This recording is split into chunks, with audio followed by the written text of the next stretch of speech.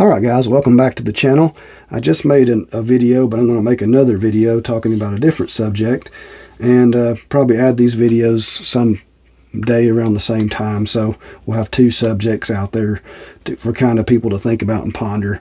Now this subject is, does the flatness of a gun really matter? Or is a gun being extremely flat matter as far as under recoil? And the quick answer to that is yes. The long answer is not really, or maybe not. And I'm going to explain what I'm talking about, because I've been learning more about this and thinking more about this as I shoot more and more. It's kind of a complicated subject, but you know, I think we can describe it simply and what I mean by what I'm fixing to say. And you know, I like to port my guns, and that's another subject I want to talk about soon, because people keep talking negatively about how I port my guns and, you know, how many ports I put on them, where I put the ports, and most of those decisions weren't even done by me. You know, it's done by other or by people that do this professionally. So that's the funny thing. But anyway, we'll talk about that another time. But ports do help you shoot flat, and I love porting because I love gun shooting flat.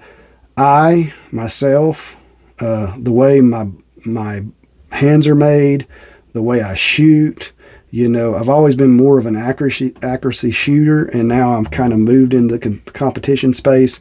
So I'm trying to balance those two, and that can be hard because you can lose a lot of accuracy when you're trying to gain a lot of speed and you're used to shooting slow and accurate. So trying to mesh those two together can be a little challenging.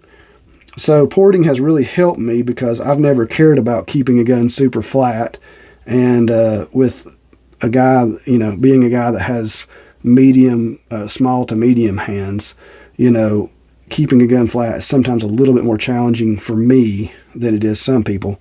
And also, I don't shoot reloaded ammo. I have a reloader, but I don't reload my ammo for competition. I shoot factory ammo, which tends to be a little bit harder.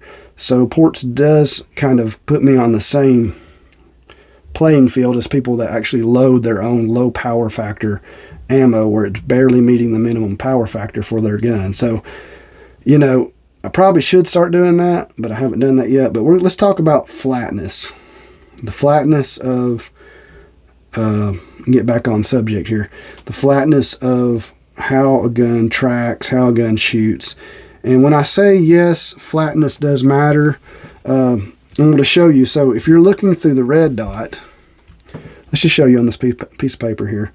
If you're looking through the red dot on a stock, say a stock Glock 19, if you're at 7 yards or so, your recoil impulse, if you're not a really strong shooter, and most people are not really strong as far as keeping a gun extremely flat with regular stock ammo. So a Glock 19 would probably do something like this. So this is a Glock 19. That's what your sights are going to be doing at 7 yards. That's a bit extreme. So Glock 19, your sights are going to be moving up and down that much. If you port a Glock 19 or you comp it, you know, you're probably going to see something like this. And depending on what dot you're using, so you can shrink that by 40%, 35%. You know, it's going to vary based off what you do with it. But you're going to shrink it that much, and that's going to make it more predictable, and you're also going to have more accuracy, because if you do pull the trigger in the wrong space in this movement, you know, your groups are going to be smaller. Whereas if you pull it up here, you might be out of the A zone. You know, you might be coming close to out of the A zone, even at 5 or 7 yards. So that's important. That's great. But why I'm saying that sometimes there's certain guns that you can get, there's a certain time when you can almost get a gun too flat. If you're shooting too flat, this is what I've seen with some of the guns that shoot so flat that I don't know if I really like it. So I like a dot to be going like this, to kind of be going up and down, maybe like 1 or 2 inches on the target at, say, under 10 yards. That would be great. That would be optimal, where you're watching that dot come up and straight down in short distances, and you know, all your shots, if you might pull some to the left, some to the right, some up and down because your trigger pull, but the sights themselves are doing like this.